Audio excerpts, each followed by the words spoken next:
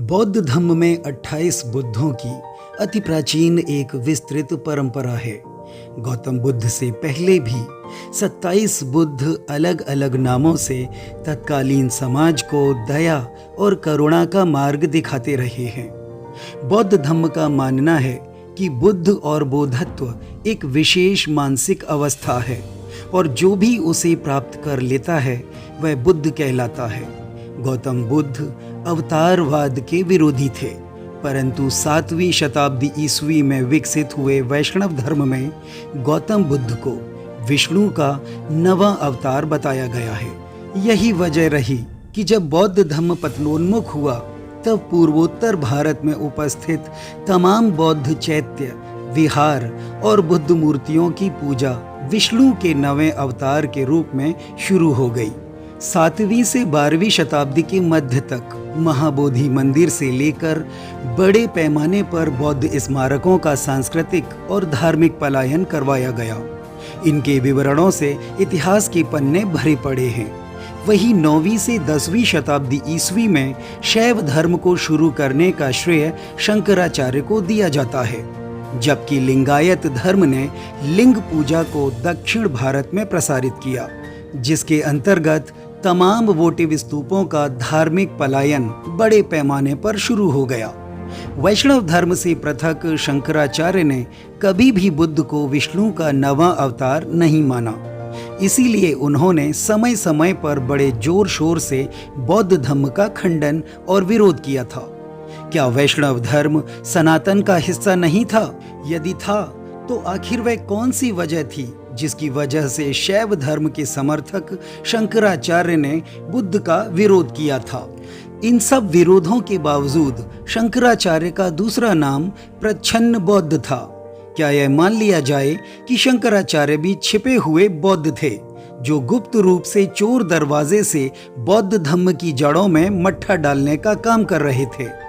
शंकराचार्य के अथक प्रयासों से वज्रपाणि, पद्मपाणि, अवलोकितेश्वर, नागशैया, भूमि स्पर्श और अभय मुद्रा में निर्मित बुद्ध की मूर्तियों का पलायन धार्मिक आंदोलनों के नाम पर करवा दिया गया।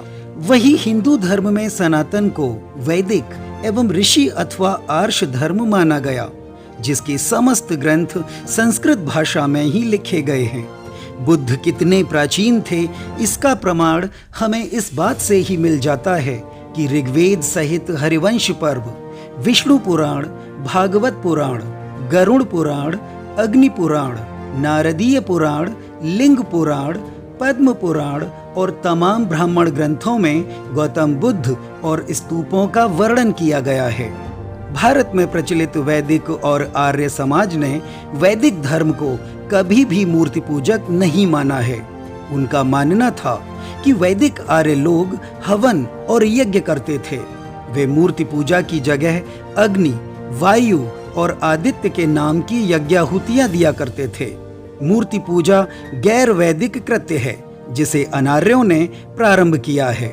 गैर वैदिक लोगों ने हजारों मूर्तियां गढ़ ली हैं और जिन्हें वे सनातन धर्म कहते हैं, जबकि विदेशी आक्रमणकारियों में शक, हूण, पहलव, यूची और पार्थियन जैसे समूहों ने भारत में शासन करने के लिए स्थानीय धर्मों और संस्कृतियों को परिश्रय देना शुरू कर दिया।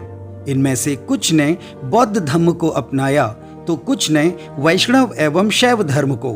पुरोहितों ने इन नवीन राजवंशों को शुद्ध करने के बाद भारतीय संस्कृति और प्राचीन वंशावलियों से जोड़ दिया और उन्हें बड़ी बड़ी पदवियां भी दे डालीं। यही वह दौर था जब प्राचीन खत्तीय वर्ग क्षत्रिय के रूप में प्रचारित होने लगे, तो पाली भाषा का सनंतनो सनातन के रूप में अपनी जड़ें जमाने लगा।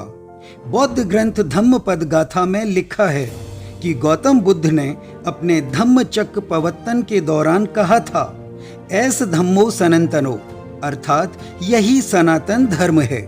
सनातन का अर्थ निरंतर चलते रहने और कभी न समाप्त होने वाला है। वहीं ऋग्वेद के 3 मंडल में वर्णन है, यह पथ सनातन है। समस्त देवता और मनुष्य इसी मार्ग से पैदा हुए हैं तथा इसी से उन्होंने प्रगति की है। मनुष्यों, आप अपने उत्पन्न होने की आधार रूपा अपनी माता को विनष्ट न करें।